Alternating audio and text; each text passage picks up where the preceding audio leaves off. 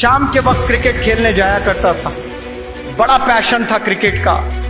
लेकिन क्रिकेट ना खेलकर मैं बैठकर इंतजार करता कि मेरे अब्बा कब बुलाए मुझे कि बेटा मुझे टॉयलेट जाना है, मुझे पखाना धुलाना है। और मेरा रब गवाह है, कसम खुदा की मैं कहता हूँ, जब जब मैं इन हाथों से मेरे वालिद का पखाना धुलाता मुझे ऐसा लगता कि मैं वर्ल्ड कप जीता हूँ, ऐसी खुशी होती थी मुझे।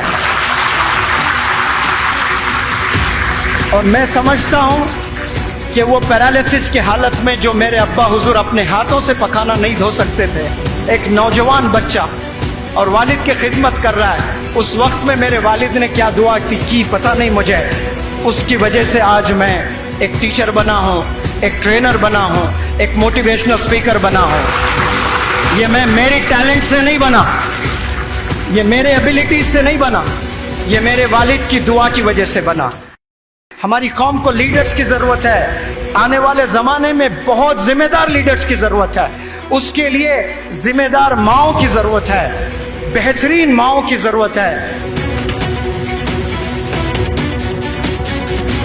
माएँ आकर रोती है मेरे पास में, आंख नहीं मिला सकती, रो रो कर हलक सूख गया था। फिर वो बताई कि मेरा बच्चा 6th में पढ़ रहा है और गंदे मूवीज देखता है और रोजाना देख रहा है, रेगुलरिटी के साथ में देख रहा है। वो कल जाकर कुछ पाएगा लाइफ में, बल्कि उसकी उम्र क्या है, 8 साल उम्र है, 9 साल उसकी उम्र है, 10 साल में पूरा बिगड़ गया है। वो इतनी गंदगी हो गई है कि ऑटो ड्राइवर से इश्कबाजी कर रहा है, नौकरों से इश्कबाजी चल रहा है, इलेक्ट्रीशियन घर में आए तो इलेक्ट्रीशियन से इश्कबाजी हो रही है, गैस वाला बंदा आया गैस वाले से इश्कबाजी हो रही है, जोमेटो के नाम से कोई बच्चा देना आया, दिया बर्गर दिया है, पिज्जा दिया है, आपने लिया, कोई लड़की ली है, इश्कबाजी शुरू हो गई है। इसीलिए अल्लाह ने पर्दा किया है, इसीलिए अल्लाह ने मना किया है। अल्लाह बेहतर जानता है तमाम चीज़ों को।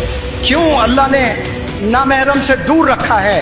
ये इसलिए रखा है क्योंकि हर इंसान पर शैतान सवार है। वो हमेशा 24 आवर्स आपसे गुनाह करवाने के लिए पूरे टैक्टिक्स प्ले करते रहता है। हमने वो शैतान के टैक्टिक्स से बचना है। वो बचने के लिए आप सल्लल्लाहु अलैहि वसल्लम ने तरीके बताए हैं। वो तरीकों पर जो चलते हैं वही कामयाब होते हैं।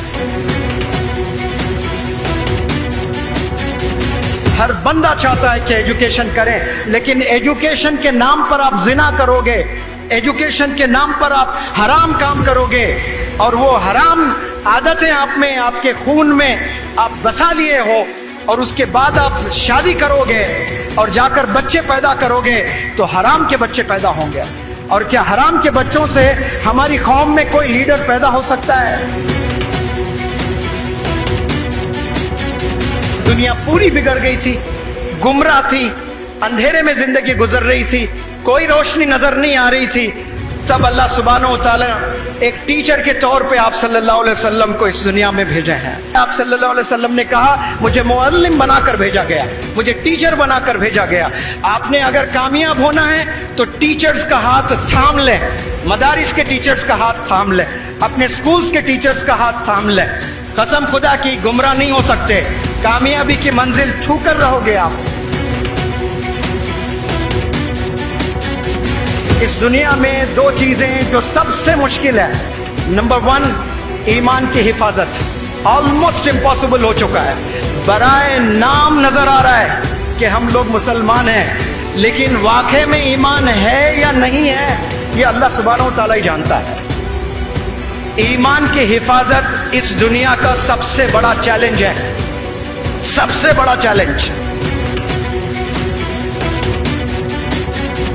दूसरा जो सबसे बड़ा चैलेंज है वो है बच्चों की तरबियत। एक बच्चे को नहीं पाल पा रहा है बाप, एक बच्चे की तरबियत नहीं कर पा रहा है। एक दौर था 12-12 बच्चे हुआ करते थे, एक घर में 10-10 बच्चे हुआ करते थे। एक बच्चे को लेकर परेशान है वालिदैन। क्यों? क्योंकि उनमें वो क्वालिटीज नहीं है, वो अल्लाह के करीब नहीं है, वो दुनिया की जिंदगी में गुम हो चुके हैं, पैसे बनाने में गुम हो चुके हैं, तरबियत करने में वो जीरो हैं।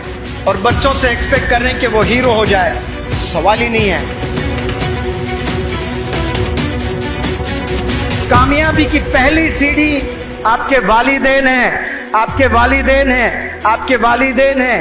मैथमेटिक्स नहीं है कामयाबी की सीढ़ी, कंप्यूटर साइंस नहीं है कामयाबी की सीढ़ी। याद रखें, कामयाब होना चाहते हैं, वालिदैन को खुश करना, अपने वालिदैन को राजी करना, क्योंकि वालिदैन को जैसे राजी करोगे पैरेलली अल्लाह राजी हो जाएगा, और जब अल्लाह राजी हो जाएगा ऐसे अपॉर्चुनिटीज देगा, आप गुमान नहीं कर सकते कहां कहां से आपको अपॉर्चुनिटीज मिलेंगे। अगर आपके सगे मामू, सगे चाचा, सगे ताया, सगे फूफा, जिनसे आपकी बड़ी अच्छी जमती है, जो आप बहुत मोहब्बत करते हैं, वो अगर आपके घर आ जाएं, 3 दिन से ज्यादा अगर आपके घर में रुकने लगे, कसम खुदा की चिढ़ पैदा होगी आपको। 3 दिन अच्छा लगेगा, कोई भी मामा, चचा, ताया, फूफा, कोई भी रिश्तेदार, 3 दिन के बाद घिन हो जाएगी आपको, अजीब इरिटेशन होगा कि अम्मी को जाकर पूछेंगे कि अम्मी ये लोग कब चले जाएंगे, इतने दिन क्यों हैं? तो आपको न जाने कितने दिन से आपके अब्बा हुजूर पाल रहे हैं, आप फेल होते जा रहे हैं, आप फेल होते जा रहे हैं। 10 साल फेल हुए, अब्बू ने कभी खाना नहीं रोका आपका, अब्बू ने हमेशा 3-3 वक्त आपको खाना दिया है, और उसके बदले में आपने आज तक कुछ अब्बा हुजूर को तोहफा दिया है? बढ़ते दिन के साथ हर नौजवान के ख्वाहिशात बढ़ रहे हैं। मैं गरीब हूँ, मेरे अब्बू के पास इतने पैसे नहीं है, मुझे ये फोन नहीं चाहिए, I do not deserve this phone. ये ख्याल कभी नहीं आ रहा है कोई गरीब बच्चे को भी। मैं गरीब हूँ, मुझे अच्छी पढ़ाई हासिल करके मल्टीनेशनल कंपनी में जॉब करना है, मेरे घर के सारे प्रॉब्लम सॉल्व करना है। करोड़ों में कोई एक नौजवान को ये ख्याल आता है। मैं गरीब हूँ, मैं स्लम में हूँ, लेकिन मुझे आईफोन ज़रूर चाहिए, मुझे बाइक ज़रूर चाहिए, मुझे जीन्स ज़रूर चाहिए, मुझे फलाना टी शर्ट ज़रूर चाहिए। ये ख्वाहिशात सबके हैं और कोई बुरे नहीं है। You have absolute right to buy an iPhone.